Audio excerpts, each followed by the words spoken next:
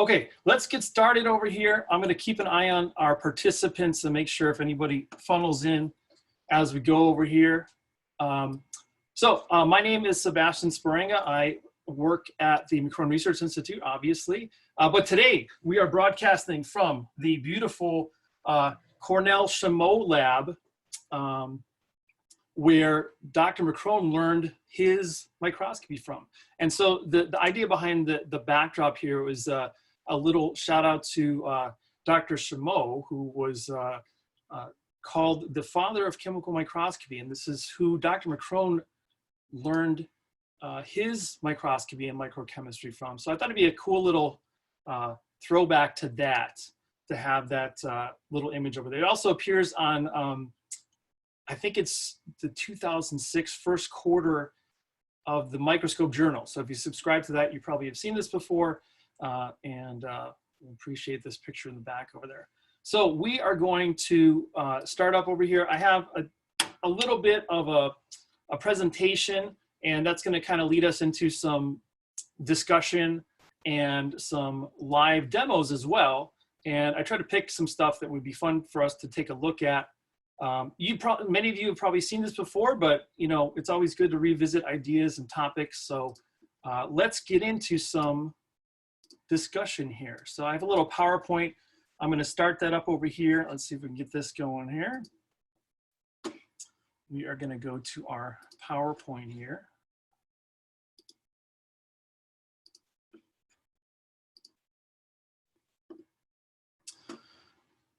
Okay, so obviously we're going to look at some microchemical fundamentals today. And what I wanted to get into was, I'll give you a little bit of info about myself, and then we'll kind of bring it back around to some of the other stuff we're going to get into. But my background starts from Bachelor of Science in Biology, and I got a minor in chemistry there in Cleveland State University. What was really neat about my time over there was I was introduced to a guy who had worked with Skip Palahniuk actually in the past. And he was the one that turned me on to the McCrone Research Institute. And his name was Dr. Wilder. He's a botanist, but he had a really good background in microscopy in general. So I spent some time with him over there. I did a nice internship at the coroner's office in Ohio, which was great. I was there for about a year in the trace evidence section, and that was really exciting and fun. And I learned a lot over there. And then I went on to study at the University of Illinois, Chicago, where I got my master's in forensic science, and where I spent a lot of time at the McCrone Research Institute. I eventually interned over there, and I ended up getting brought on after I finished up my degree. So I've been here, I can't believe I'm going to say this, 16 years. It's been a long time, and it's been a really cool place to work. If you've been here before, which many of you have, you know exactly what I'm talking about there. So in terms of microchemistry, the basic principle that this all sort of revolves around is forming an insoluble reaction product that we can recognize, right? That's the most important thing. Can we recognize what's going on over here, right? And we kind of mentioned Dr. Chameau earlier. He was Dr. McCrone's professor and mentor at Cornell University, and he wrote the Handbook of Chemical Microscopy. And if you notice this volume we have over here listed, this is volume 2, okay? Now volume 2 is mostly chemical analysis, okay? Volume 1 is based on proper use of the microscope, you know, how to set up your microscope, all that kind of good stuff. And that one's out of print, but volume 2 you can still find around. We sell it here at the Institute. You might even find a copy used online. So if you're interested in that, we can talk later about that. This is, I'll show you a little image of this book over here. So if you haven't seen it before, maybe you'll remember and try to pick it up later. So here's the book over here. So we get this focus for you here. This is the Handbook of Chemical Microscopy. And in this book, there are numerous experiments. There's the cover page over there, like we saw, based on this idea of microchemistry. And what's really impressive is there are tons and tons of photomicrographs that are black and white. And I feel like even if they were in color, it wouldn't be any more impressive than they are right now, which is incredible because this was done a long time ago, way before the advent of a digital photography, right? So this is a great book. This is basically what started most of this stuff, and a lot of the experiments we're going to do are based off of this textbook. So it's a good one to have in the old home lab over there. Okay, so let's get us back to our presentation here and see where we're at. All right, here's a good list of some of the things that you can test for via the types of methods that we're going to show you today. These are a bunch of the inorganic ions you could test for. You'll notice that there's a lot of the reagents that repeat over here, okay? And even though these same reagents are used for different substances, they will produce different and specific crystals for those substances. What's really nice about the Handbook of Chemical Microscopy as well is if there are interferences that occur, all that kind of stuff is listed in the textbook that we just showed you. So that's a nice thing to have over there. But that's a good list of some of the stuff that we can test for with these methods. On top of that, we, a few years ago, did a research project through the National Institute of Justice, where we basically put together all of the microcrystal tests for illicit drugs and a lot of the diverted pharmaceuticals that were already out there, but just were in different places, okay? So we kind of collected everything up together, put these things all in one place, and here's the table of contents from that. You can just see the amount of substances we have over here, and this is all available online, and I'll show you where this is at on our website. You can pick this up from the web. It's free, and it even is mobile friendly. So if you're walking around thinking about how to do the microcrystal tests for cocaine or something like that, you could find that right in the palm of your hand. This is the rest of the list there. Goes through those substances. And these are all hyperlinked too. When you actually go up to the PDF and you look at and click on one of these things, it'll take you directly to the monograph. Just to show you, this is one of the monographs there. The main page of the monograph has everything that you could possibly imagine to perform these tests. Okay, so a lot of times when you go to perform these tests, you have to find, how do I make the reagent? Where's that recipe at? What part of the text that I'm looking for this? Are there any pictures for this? So we took all that stuff and put it on one page so you can access it directly and quickly and make it really easy for you to use. There's some photomicrographs here. This is just the front page, the first page. There's more pages after this with more photomicrographs, even infrared spectra. We did all the optical properties on these things as well. So tons of information here, a lot of stuff for you to look at. So if you do want to take a look at the compendium a little bit further, if you go to our website at mcri.org and you go to the research section there, right at the top, that'll pull you up to this page, and you could download the link over here right in the center. You can see the hyperlink there. And if you want any of the files, the IR spectra files, you can click on this link here, and that'll show you that'll give you a download for all the SPC files that we did via infrared analysis. So you have that for yourself as well. Okay, let's get on with some fun activities here. This is method one based on Chameau and Mason's testing. And what you basically do is we take 2 drops of water and we put them on a slide, and we're gonna make small drops, okay? And there's a bunch of different ways that we can do this. And I'm gonna show you 2 different ways, but we need some small drops, and we're gonna put our test substance, possibly our unknown, in one drop, and then our reagent particle in the other drop, okay? And the reagent particle obviously would be in our Chameau and Mason handbook, or the reagent in general would be in the compendium that you want to use to try this test on. Okay, so you push your substances into these separate drops, and then eventually you'll combine them together. Okay, and we look at these under the microscope, obviously. Now, one thing about the size of the particles that we need.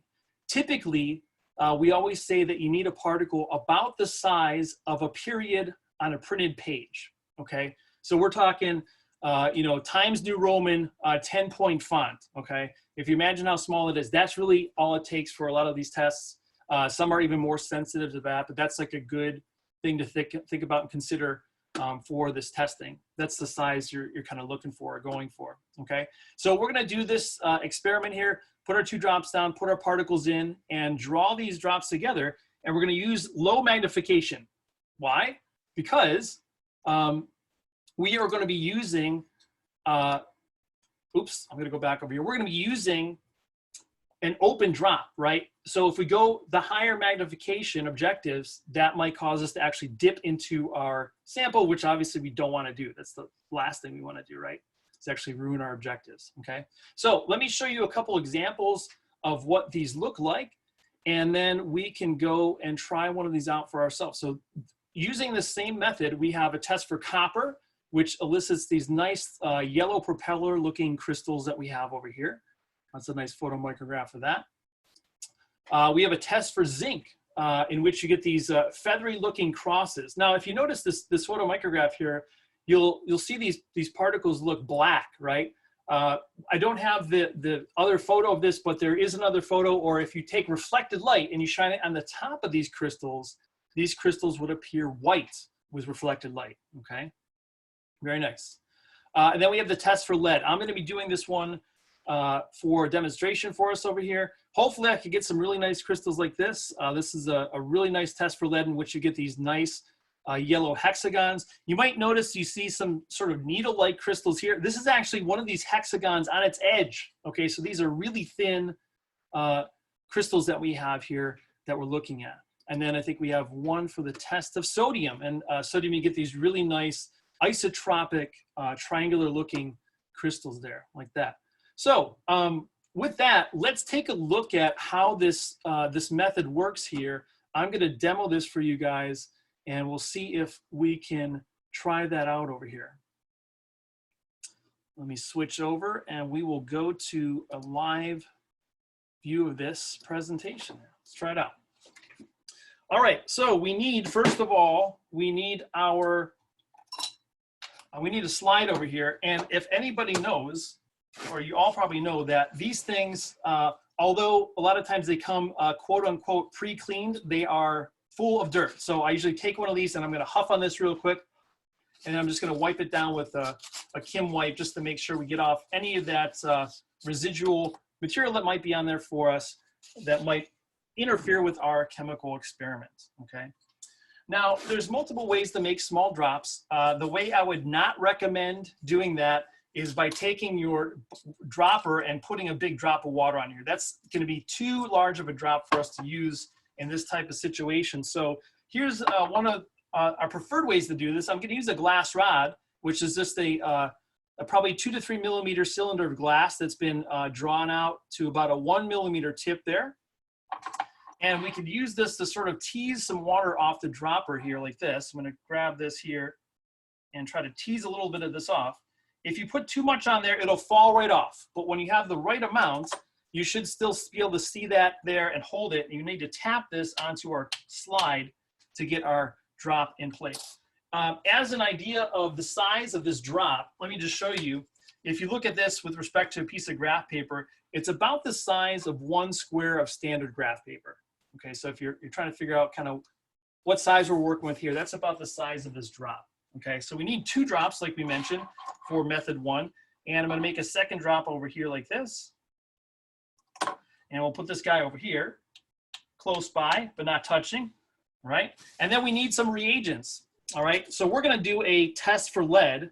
The reagent for that is potassium iodide. So we're gonna do, put some potassium iodide into our 1 drop over here. Now, I'm gonna probably add way more than I need here, way more than is necessary. I'm gonna try to just push this little guy in there like that, okay?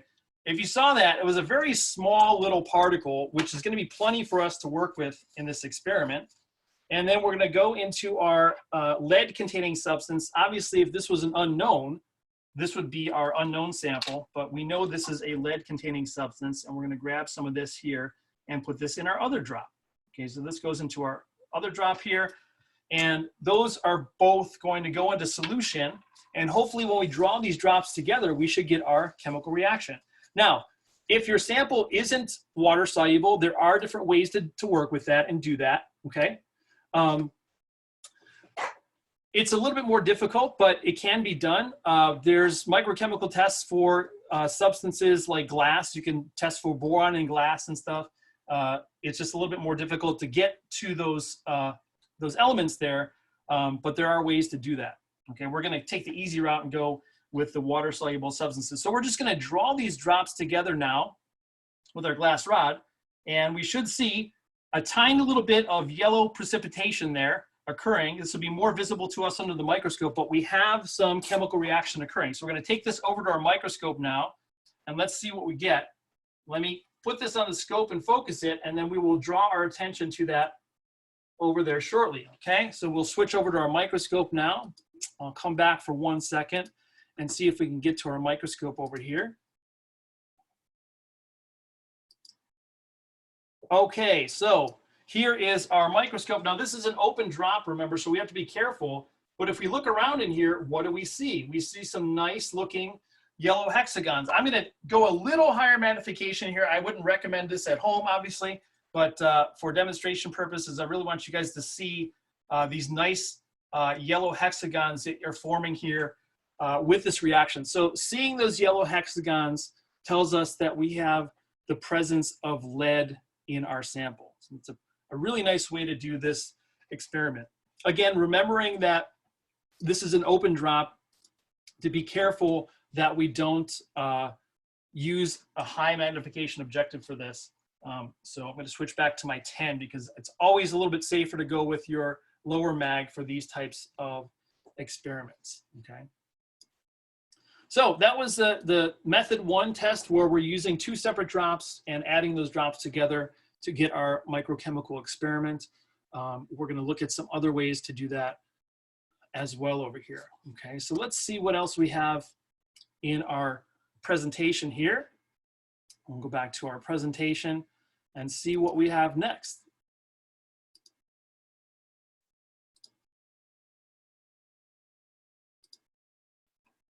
Okay, we are finished with our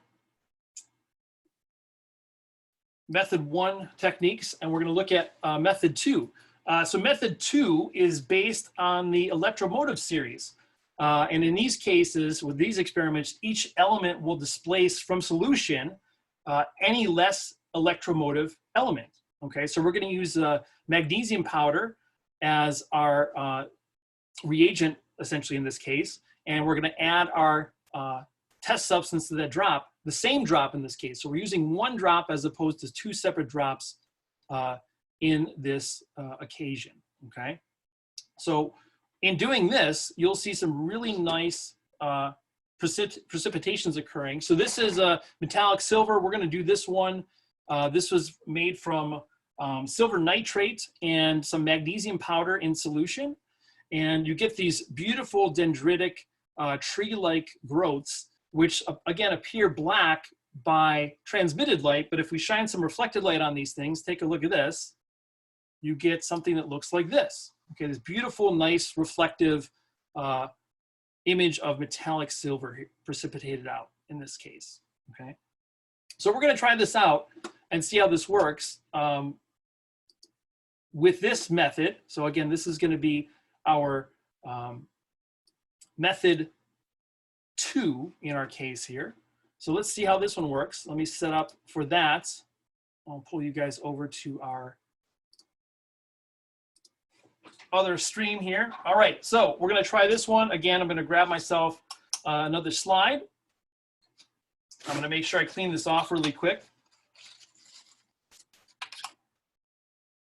We have our slide there.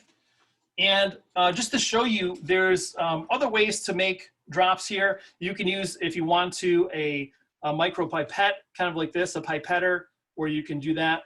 That's another way to do it, just to show you it works like this way too. I'm going to kind of grab some water up. And if you want to do your drops in that kind of manner, you can do that as well. Either way works, as whatever way you can get a nice small drop of material down will work over there. Okay, let's try this one out.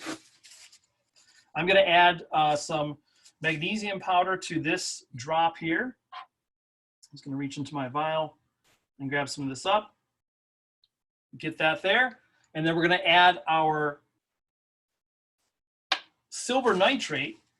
And when this reaction occurs, we should get a nice precipitation of metallic silver. Hopefully as nice as the photomicrograph that we saw earlier there. So we're grabbing into our silver container here, our silver nitrate.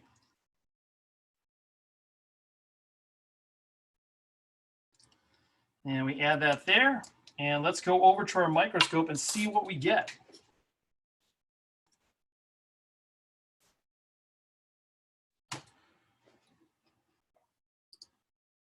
All right, let's take a look at the scope. And we have some nice, beautiful dendritic growths of metallic silver in this reaction over here. Let's take a look at some other areas of the slide as we look around here. Got some growing over here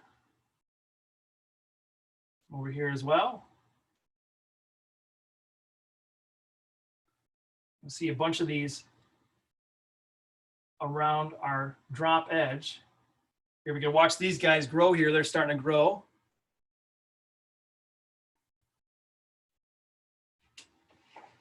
Really fun experiment to watch as these things work their magic over here.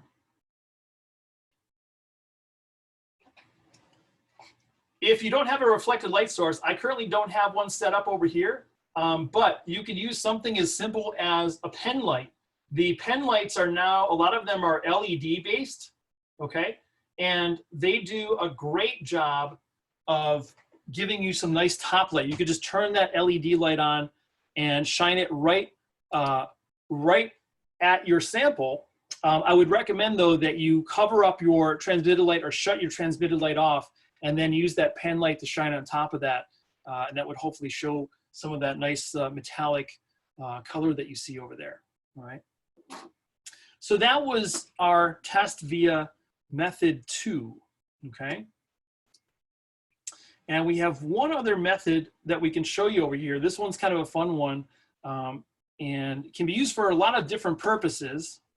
Let's take a look at this.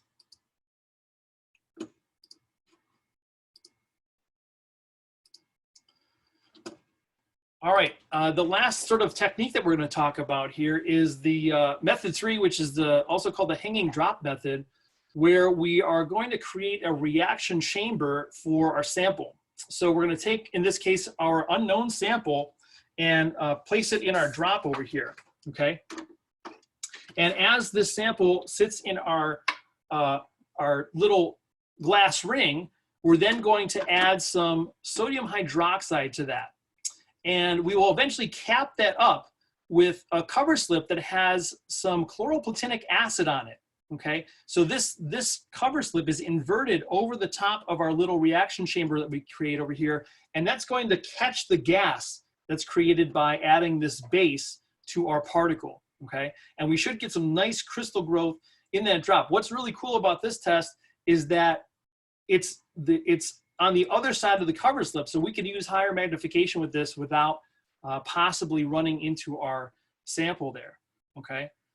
This method, this little reaction chamber can be used for all kinds of other things too. We often use this to test or check for solubility. In that case, what we do is we use the glass ring and we actually put our particles of interest on the cover slip. They have to be small enough though that when you flip the cover slip over, they don't fall off. So you can kind of flip the cover slip over on top of our glass ring here, and then you could introduce water to the underside of that glass ring and test your solubility that way with water, ethanol, xylene, whatever you want, basically. And you can do that over and over again. And it's a cool little test. But today, we're gonna work on method 3 via this hanging drop over here. So let's take a look at that. Okay. Let's check this out. Let me show you all the stuff that we have over here that you can use to do this test. All right, so what we need for this one is, first of all, we need a cover slip here. I'll grab myself a cover slip and a slide. So we have ourselves a slide, and we have a glass ring. Okay, so this is a glass ring. I can't remember the company that we purchased these from last, but Megan might be able to provide us with a link to that in the chat, or at least you can contact us afterwards and ask where we got these. But these are really nice. They have to be a proper height too. This one's probably about 4 or 5 millimeters tall. I'm just going to throw this right on top of my slide over here. And we need a substance to test, right? I'm going to do a test for, like we saw in the description there, this is a test, or actually it didn't say, this is going to be a test for ammonium, okay? So if you ever were trying to do any infrared analysis on something that has ammonium in it, that will typically not show up in an infrared spectrum. So this is a way to test for ammonium by essentially creating an ammonia gas when you add the sodium hydroxide to that. So we have our little reaction chamber set up. I'm going to use some of our ammonium. This is ammonium perchlorate I have over here. Sprinkle a few crystals of that into our little drop. Don't need much, as you can see over there. Let's see if I could create any more contrast for us, just so you can see I have a very small amount of material there. Very small, okay? And then we are going to add to that some sodium hydroxide. So I have a 10% solution of sodium hydroxide over here. Before I put that drop on though, I want to be ready for that, for catching that gas, right, and creating a reaction. So I'm going to grab my cover slip over here and put my cover slip aside and add my reagent in this case, which is going to be chloroplatinic acid. I have a little vial of chloroplatinic acid over here, and we're going to grab some of that out and put that on our cover slip. See if I get a nice drop of that over here.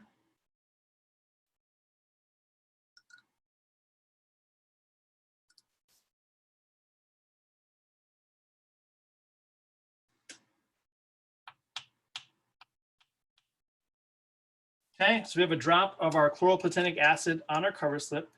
And what we're going to do now is we're going to add our sodium hydroxide to our reaction chamber and then cap that up by flipping over our cover slip. So I'm going to unscrew my bottle over here, and I'm going to grab my cover slip.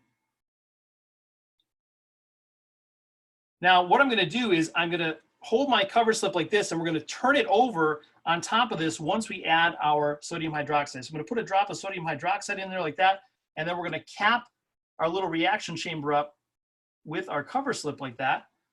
Okay, and then we're going to take this over to our microscope. Now, this is the most dangerous part, is trying to get this over to our microscope without dropping all this. Okay, now another thing to consider once we do this is that we need to drop the stage of our microscope down significantly to accommodate for the space that we need to focus on the cover slip there, okay? And what I normally do is I'll drop the stage down a bunch, and then I'll try to focus on the edge of the glass ring, which will tell me I'm roughly in the plane of where that drop is at. Okay, then we can move over to the drop. So I'm going to do that now. I'm just dropping my stage down here, and I'm going to move my sample over, and we'll get into focus over there in a second. I'm going to switch over to the camera on the scope, and you can watch me get into focus on the edge of the ring first. Okay, let's take a look at that. So obviously everything is out of focus here. I'm going to see if I could get focus on the ring. So this is the edge of that glass ring there. So I'm going to kind of go both ways in the focus to see where I achieve best focus on that. So I'm now focused on my glass ring, which means that I should be able to move over to the center here and see our drop, okay? And hopefully in our drop, we see some nice crystals, okay? Take a look at this. We have some nice cubic yellow octahedra. Let's take a look at these guys here. This is a positive test for ammonium, and these are what these crystals look like in this case here. Okay. You can see there's a ton of these crystals that grew very quickly. As you go towards the edge of the drop, obviously because it's a concave surface, you're going to have to focus a little bit differently to see those other parts of your sample. But there are plenty of these crystals here to show us our nice positive reaction for this test. Okay, so that's the hang drop technique there, which gave us some nice crystals from that experiment. All right. So that was the last technique I wanted to show you guys. I thought it would be a good idea for us to take a look at some of the drugs that work in the same way. Okay, so I pulled aside 2 different substances just so you can see what that looks like. We have, what did I pick up over here? I picked some good ones. We have MDMA. I'll pull it aside over here. We're going to try that one out first, and I will actually pull up, I'll see if I can pull up the compendium page that you guys can see that as well. Let's take a look at this first. So there is our slide. There is a tiny little dot, a 1 period on a printed page size piece of MDMA over there. And we're going to do a little experiment on that. If you don't know what MDMA is, that's the technical name for ecstasy, okay? And in the compendium, this test requires that we use a gold chloride reagent, all right? Let's see if I can pull it up for us to see really quick over here too.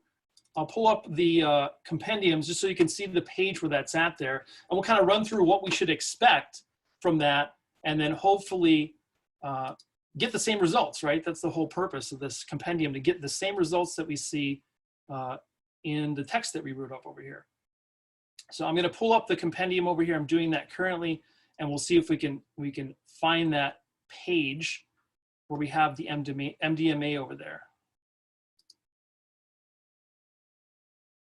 Okay, let's take a look at this. I'm going to minimize this here. All right, let me see if I can share my screen with you so you guys can see the compendium. And here is the page of the compendium over here. And we're looking at the gold chloride reagent for MDMA. We should expect to get some of these X-shaped crystals and some crystals that look like stars, as you can see in the morphology illustration over here. This test says it's an immediate crystal formation, and it requires us to add reagent directly to the sample. So no cover slip, we just put down 5 to 10 microliters of reagent right onto the sample. With this test, I will be using a micropipette that's calibrated to put down 10 microliters of reagent. We'll do that, and let's see if we get these crystals here. So that's what we're looking for with this test. Let me switch over to my field here so we can watch this as it goes. All right, so I have my pipette set to 10 microliters, and we should be able to add this directly to our sample here. And hopefully we get a nice chemical reaction. We'll take a look at these here. All right, I'm going to put this right on here like that. We get some color reaction. It said in the instructions also to give it a little swirl with your pipette tip. And let's take a look at what this looks like under a microscope. Again, we're looking for some X-shaped crystals and some star sort of dendritic looking crystals there too. Let me get this in focus, and I will switch over to that view there for you all. And we'll see what we get.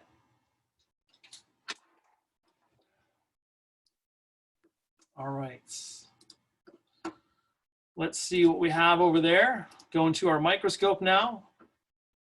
And here is what's happening under the microscope. We see a lot of sort of star-shaped crystals. We should hopefully see, as this thing works, some of those X-shaped crystals in there. I'm trying to move around slowly so it's not too much of a jerky motion for you guys. And here are some of those X-shaped crystals here. I'm not going to go past our 10 times current magnification because it is pretty close to our sample. There's a tall drop of water here, so we don't want to do that. Here's some more star-like looking crystals that we see here, as mentioned in the compendium. And we can see we got a good positive result for this experiment here as we drive around our drop.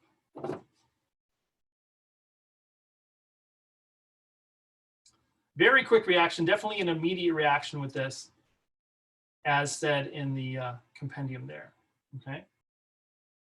All right, so that was a test for ecstasy with gold chloride.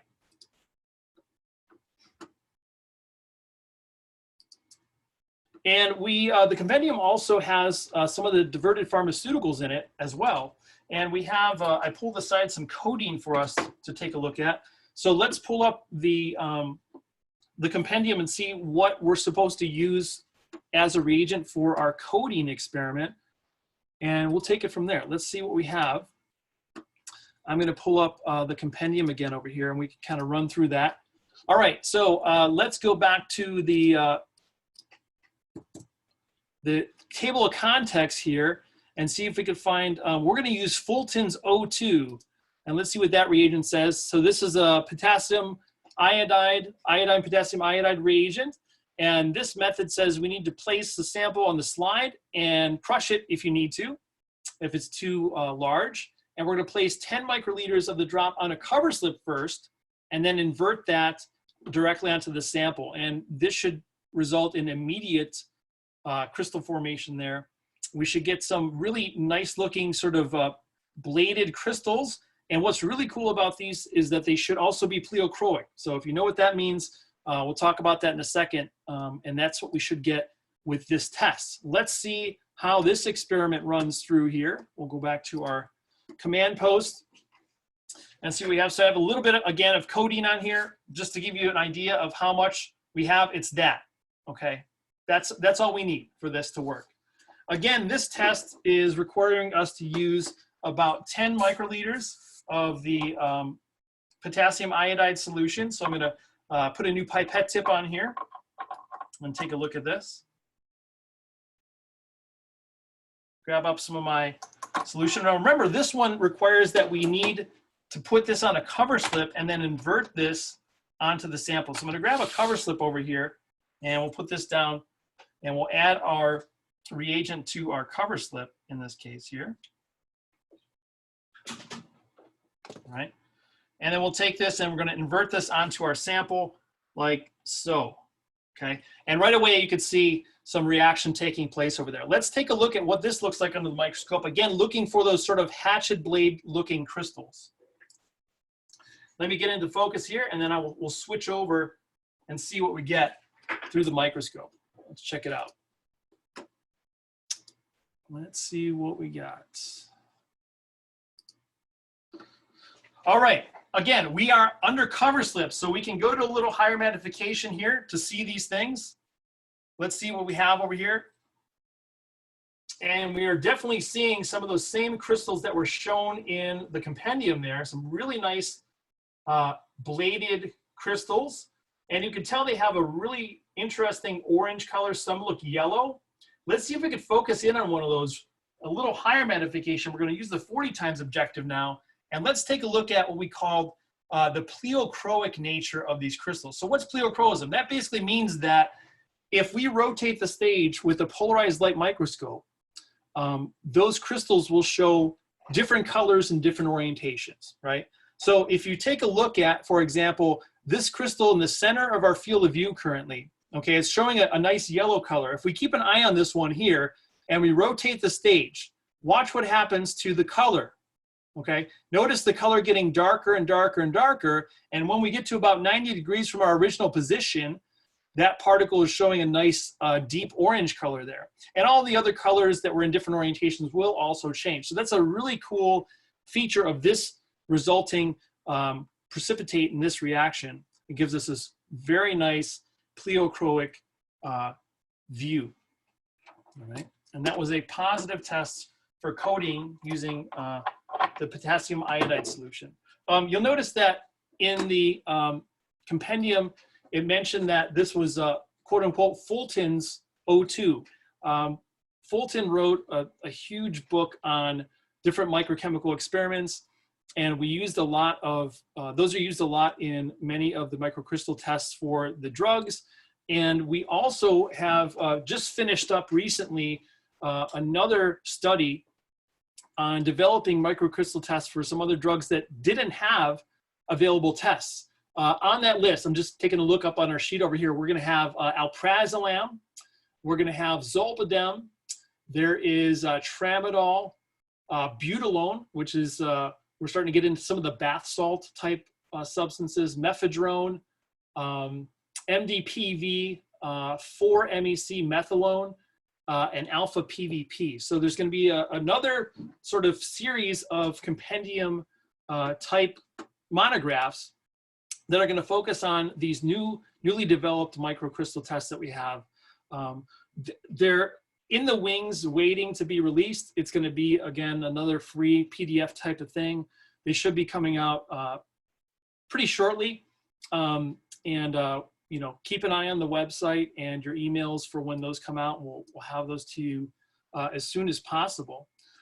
With that, that's all I had for our little demo and instruction portion of the meeting over there. I'm going to take a look through the chat really quick and see if there are any specific questions that anybody had. I'm actually getting a list over here of questions that we have. I have a question from Ruth, and the question is, what microscope are you using? Currently, I'm using the Olympus BX51. We have many different types of scopes at the Institute, but this is an Olympus BX51.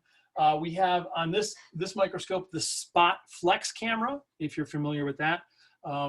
Pretty nice camera. The software is really user-friendly.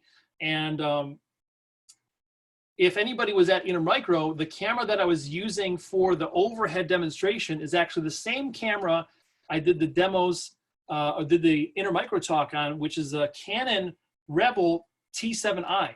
Very versatile camera because it's a DSLR, right? So I just have that up on a tripod, looking down on the white surface that we had to do the experiments. That can also be used on your microscope. And there's a really nice intuitive software that comes free with that, coupled with the microscope. It's a great little thing over there.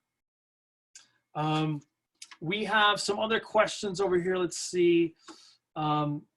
As far as a copy of the meeting goes, we are supposedly recording this. We'll see if we actually get that over there. It's supposed to be recorded, and we will see what we'll do with that once we're finished up.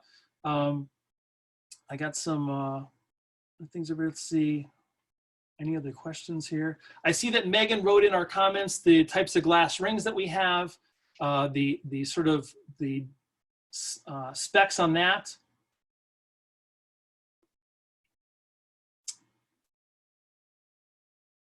I should mention also that the microcrystal test, the compendium, has been really useful in a lot of different labs around the country. We've gotten a lot of good feedback. There's some labs that have completely gone through their backlog by using the microcrystal tests. Now, the way the things are set up, most people will use the microcrystal tests as a sort of a precursor to some additional testing, maybe GCMS or what have you, but it's a good way to knock out a bunch of samples really quick. You saw how quickly those experiments ran. As with any microchemical experiment, I didn't mention this yet, but before we started, I tested all of my reagents with known substances to make sure they worked. I did a positive control, and we did a negative control as well to make sure that there's no other interferences, and everything that we used here was ready to go. Let's see what other questions we have over here. Checking through the list.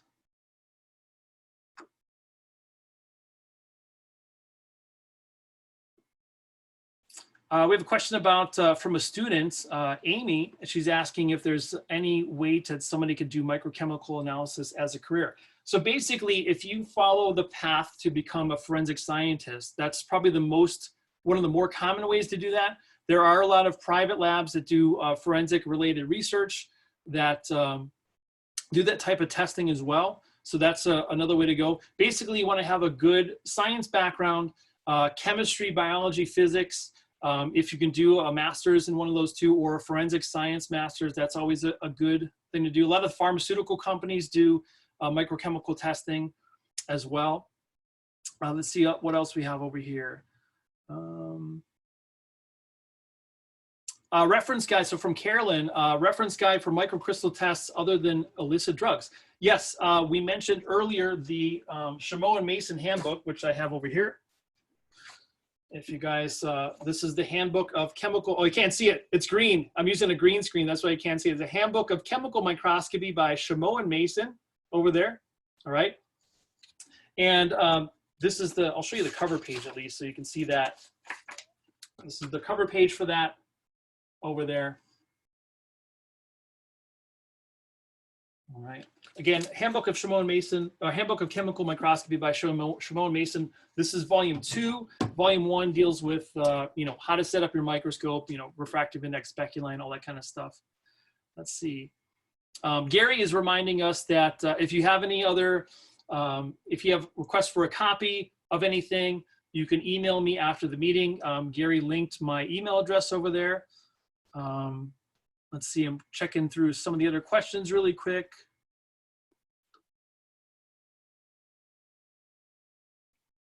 The substances don't always have to be crystalline. You can do them on liquid solutions as well.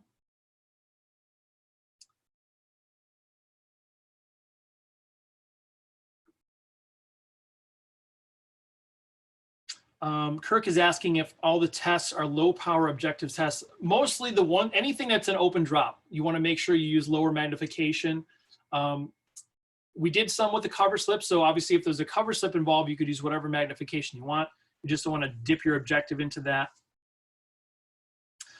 We are planning on doing some additional Zoom meetings as we work through the process. Obviously, you know, we're all kind of in this unprecedented situation right now, and we're trying to offer some stuff to people that we thought was useful. So hopefully, I feel you thought this was useful, a good use of your time. Seeing through over here.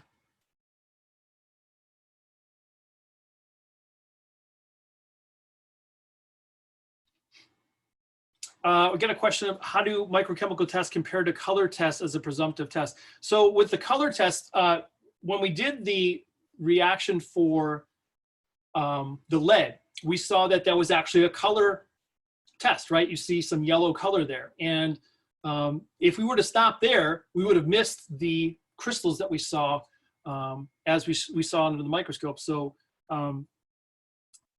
they're a little bit more specific because not only do we see just the yellow color, we see crystals that are producing the yellow color that, you know, obviously if you have different yellow substances, you could get different crystal precipitates. So it's a nice way to see that. Good source for reagents.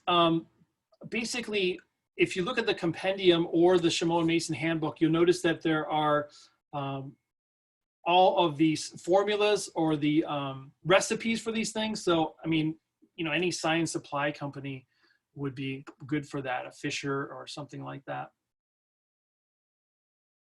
I got a question from Arby asking about pure substances. So they don't always have to be pure. In the compendium, we did mix, or we did have substances that had common adulterants, especially with the illicit drugs.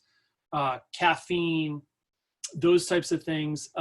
The tests that are for the diverted pharmaceuticals, a lot of times they'll work on tablets, okay? And there's instructions in the compendium on how to work with a tablet, either scraping some of the inside of the tablet to use as your test substance, or in some cases you have to do a little further processing of that substance to get at the active ingredient there. So you can do these on that for sure.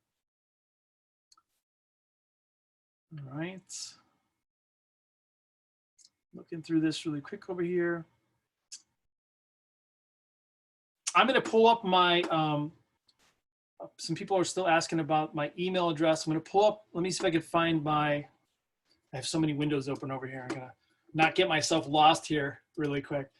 Okay, let me pull up the image with my contact information over here. We're kind of getting close to the end of the meeting over here. If we didn't hit any of your questions, please contact me. I'll put this up, like I said, so you guys can take a look at this again and grab my contact information. Let me go over here and get this out of there. Okay. And we'll go here and you can have that here. So there's my contact information. Send me an email. I'd be happy to talk to you after the meeting. If you're interested in further Zoom meetings, we are planning on hosting more. We have some ideas for topics. If you have a topic that you think would be great for us to do, please let us know.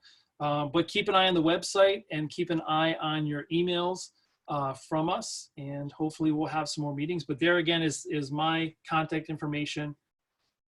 If you would like to contact me afterwards, if we didn't get to your question. And let me see really quick over here. If there's anything else.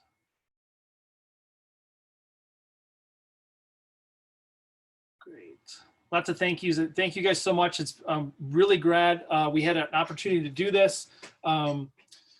You know, we're trying to hang in there just like everybody else, and we want to do something to give something back to everybody that's been with us in the past, and we plan on doing more. We'd love to do more, and would like to hear your input on some other topics. So with that, we're gonna end the meeting over here. And I thank you very much for spending your afternoon with me on a Friday. And let me know too if you think what you think about the time. We try to hit something that would, you know, not be too bad for people in other time zones. But that's what we're kind of working on is kind of fine tuning all this. And yeah, appreciate your time. And we'll see you hopefully in the future. With that, I thank you all.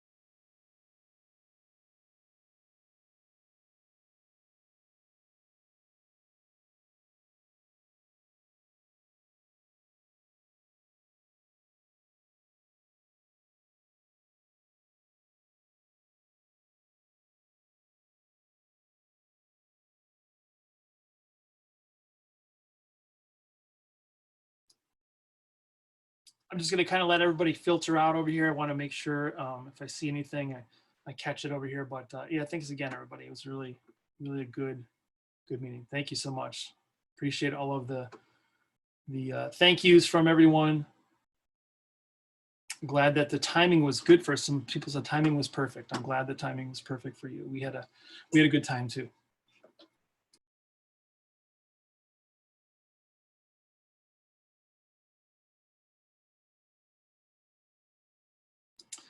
Timing was okay for Holland, so that's good. We know we picked a good time period.